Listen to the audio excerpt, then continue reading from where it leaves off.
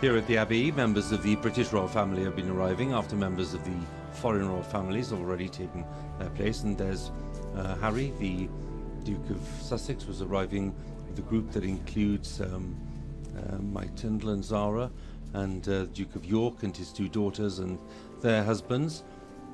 And they'll be taking their places quite near the front of the Abbey itself, down near the Coronation Theatre.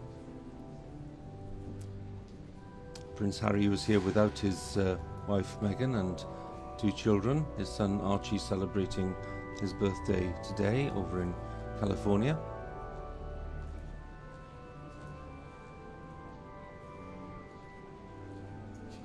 Rare public appearance for the Duke of York, and who's arrived here today with his two daughters and their husbands, and they're being followed in by the Princess Royal and Sir Timothy Lawrence.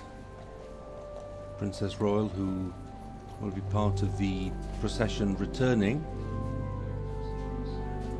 and the Duke and Duchess of Gloucester just entering the Abbey before Princess Anne and Sir Tim.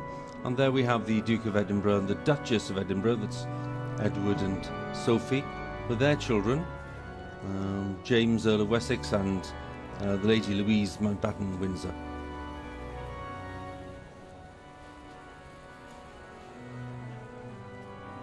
Edward, who has taken on lots of the responsibilities of his late father, not least with the Duke of Edinburgh scheme.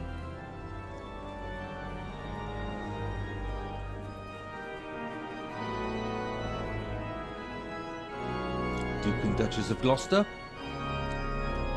and the Princess Royal and Sir Timothy Lawrence.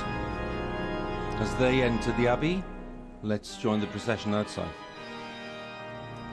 And we will see those senior members of the royal family in the return procession, the coronation procession, when in fact Her Royal Highness the Princess Royal will be riding directly behind the gold stake coach. And the Duke and Duchess of Edinburgh and the Prince and Princess of Wales, and indeed the Duke and Duchess of Gloucester, will be in carriages following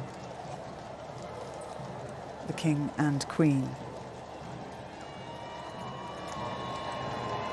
Now they pass the Women of World War II memorial, which was unveiled in 2005 and remembers the 7 million women who contributed to the war effort by working in hundreds of vital jobs. And we know that the Queen Consort is particularly committed to the empowerment of women and to helping those who may have suffered gender-based violence, and wants to use her voice to speak for those who do not always get heard.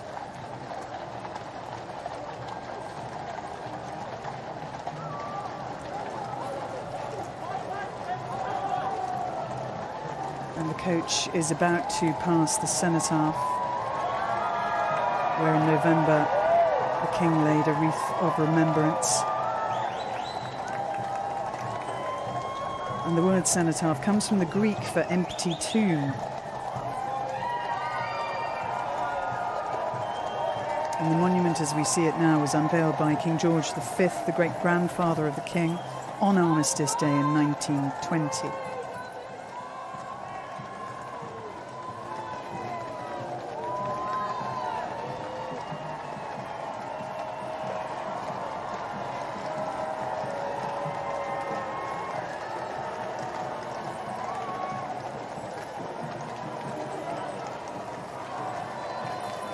The breastplates of the lifeguards gleaming in sun that is trying to break through the cloud.